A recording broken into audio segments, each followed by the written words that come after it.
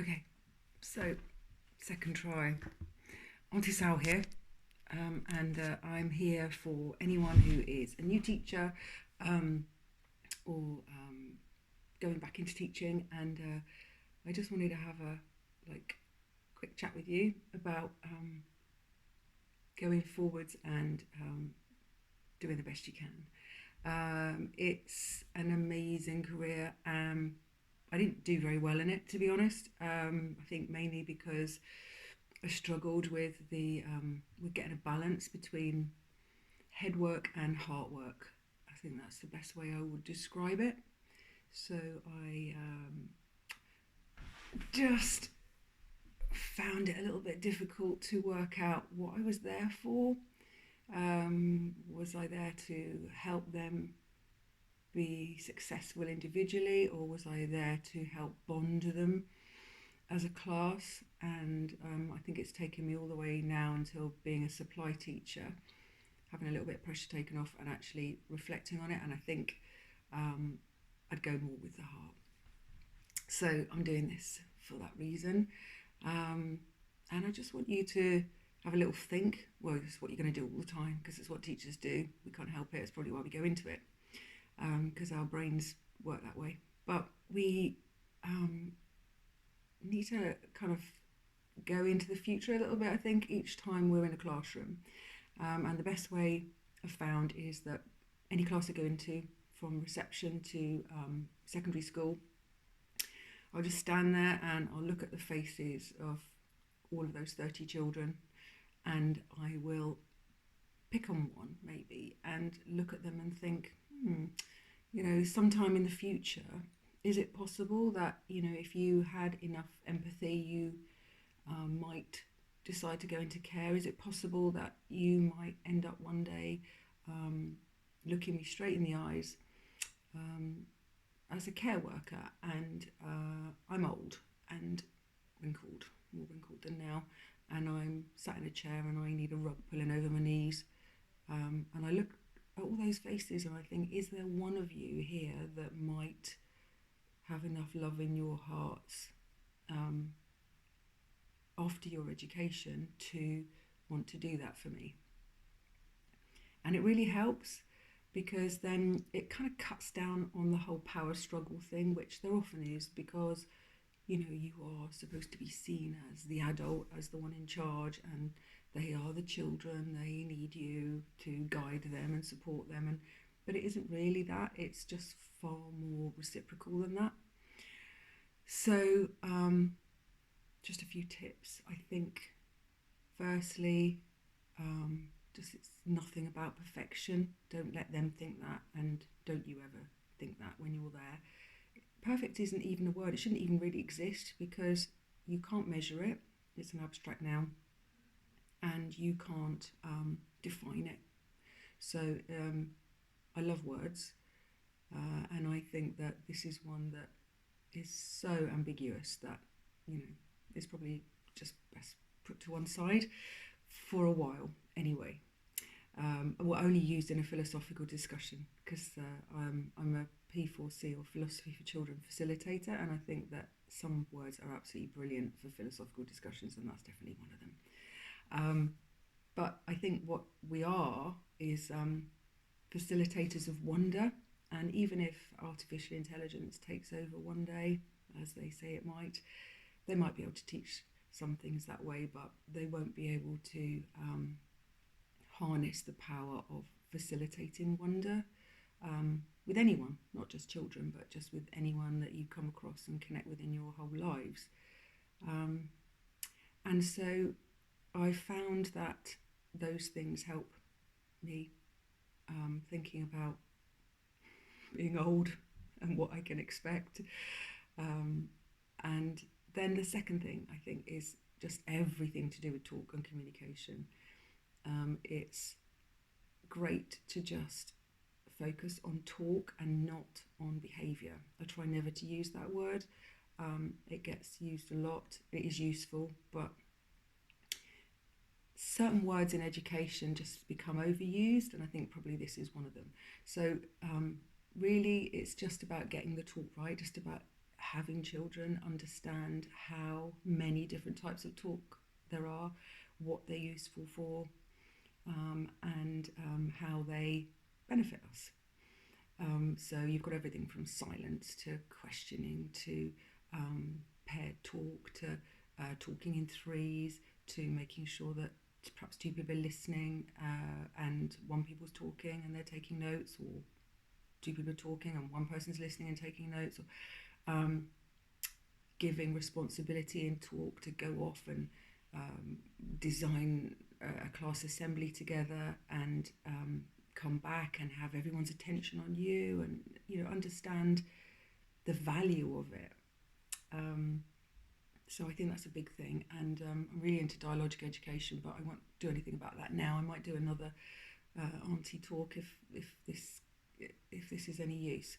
So you've got 30 voices in the class, and you're only one voice, and the quicker that you can kind of joke about with them and let them understand that you are a human and you can only do so much for 30 children, but that you're always going to try, and that's all that you require of them as well in your shared space. You're one big family while you're in school, and it's just about the well-being of everybody, you, staff, children, everybody. That's the most important thing. We all know that. That word's very well used at the moment. So get the talk right, and have activity based in that. I think for me, that's the one thing that I value the most, and everything else, if that becomes comfortable and pleasant, everything else seems to thrive from that. So you get good writing, you get good readers, you get just happiness. So kids aren't active enough. They don't have enough to do. They sit far too much in a classroom, and that isn't good for lots of children, but it isn't good for them in general. So a walk and talk every day is good. Just out in the playground, walking round, daily mile. I've seen that in a couple of schools that I've worked in, and I think it works really well. You've only got to think about how much we like talking. Say you've been on your teacher training course, and when I did mine, I remember this really well. Everybody wants to have their voice heard. Well, most people do, and it's just about managing that. So another one is talk to parents. I mean, that is a really big thing, I think, from when I was a full-time teacher in year 5 and year 6. I think it talk to them, and avoid the email thing if you can. Have the telephone calls.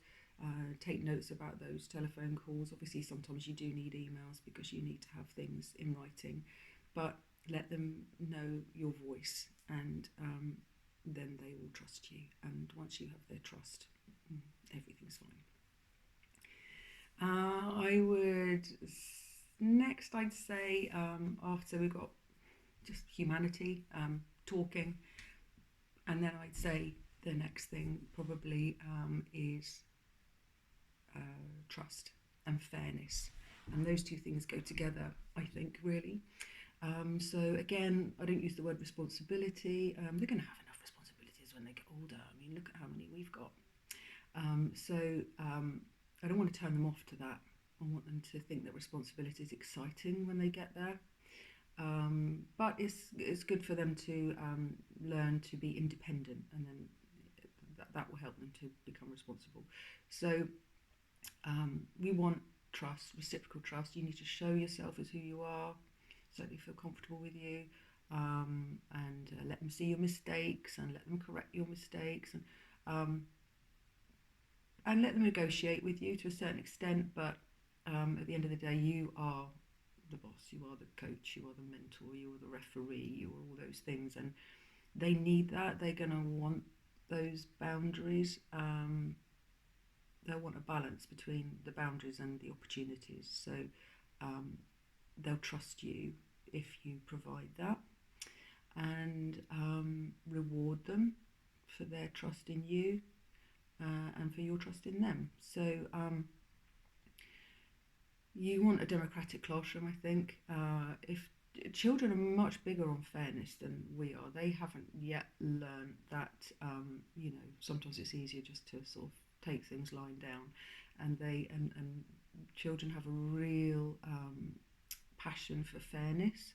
So as many things as you can that are fair. So just a few of the things that I think really help when you go into a classroom. First of all, is that let them know that they are going to share kind of everything. And so every half term, have a table change, table places change, so that you have equity, equality in your classroom.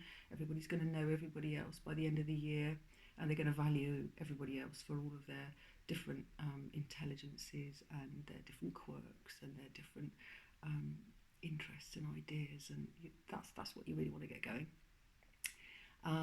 So fair sticks, they're great. Just big fat lolly sticks with names on, and pick them out of a pot and ask children questions and ask them to do things, and you know, don't put the sticks back in the pot until everybody's had a chance at doing or saying something in your classroom.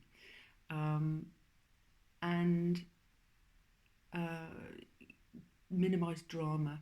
So rather than all these sort of like talks that take up such a lot of the day, and they're not really that useful sometimes, those sort of talks where there's drama involved, firstly, don't do any of that in learning time, but just like put that aside for breaks, for their time, their free time. And I've always really just used the think principles. So T, is it true? The things that you or your friends are talking about, or you and I are talking about. Is it helpful? Is it inspirational? Is it necessary? It's got quite a big one. And is it kind? And with those principles, with the think principles, you can kind of manage your whole class's well-being without it getting too complicated and complex. And then after the trust and the fairness, I would say identity is probably the next biggest thing. Like, everybody is developing identity. You're going to be doing that while you're teaching, and all of the children that you're with are going to be doing that. And a lot of power struggles just come in because that's what we're doing. We're building identity. And what I think I've always thought I wanted, well, slowly this dawned on me, but I just wanted to be able to balance like individual succeeders with a cooperative class. So just trying to value or help them to see the value in both those things, because that's really where life has become very complicated. So I think the things that build your identities, first of all, is hopefully your children will get that sense from you that there are endless chances, endless choices, endless possibilities, and that there's never going to be a day when they come into class where they can't change their identity. We're like actors on stage, aren't we? Wherever we are, we're different people in different places.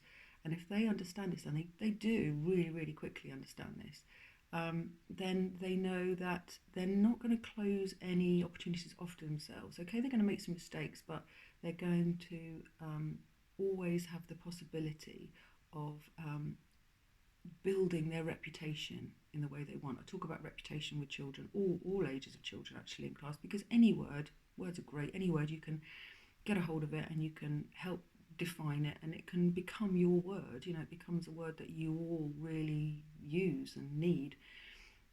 So a reputation is important, because it's hard to look into the future and see who you are going to be, who you want to be, and visualize that. But I think it really is important that we help them do that.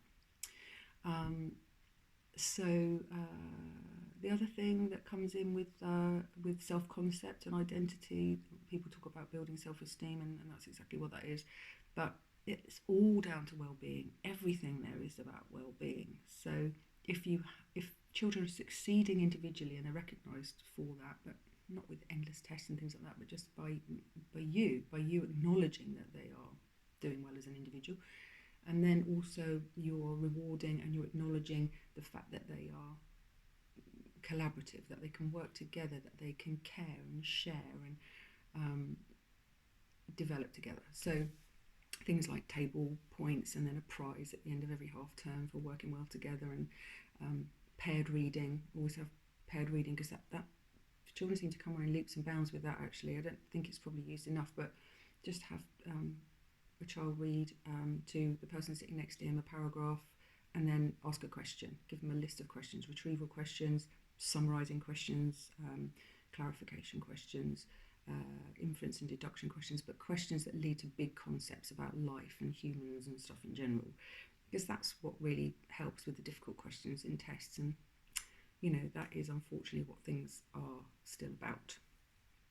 So yeah, and they value each other then, you know, they spark off each other, and that's the biggest thing. So it's the whole kind of thing gets drawn together in togetherness and in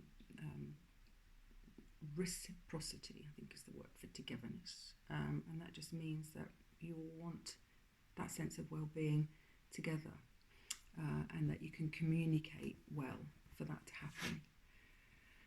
So definitely a balance, and if you can get the talk sorted, and I can help in lots of ways with that. If you want to direct message me on Twitter, I've got it somewhere so I can hold it up and you can write it down if you want to. And I've got loads of time at the moment, you know, no pressure. So if you want to talk to me about anything that happens, really, from reception to further education, really, actually, and even adult education, then I can help. And I can't find the Twitter thing anyway, so I will hold it up some other point. I've just ruined the whole video now, haven't I, by faffing around doing this, not being organised, and having that to hold up. So I am Salharper3 at Salharper3 at Twitter, and more than happy to have any conversations with you as your new auntie.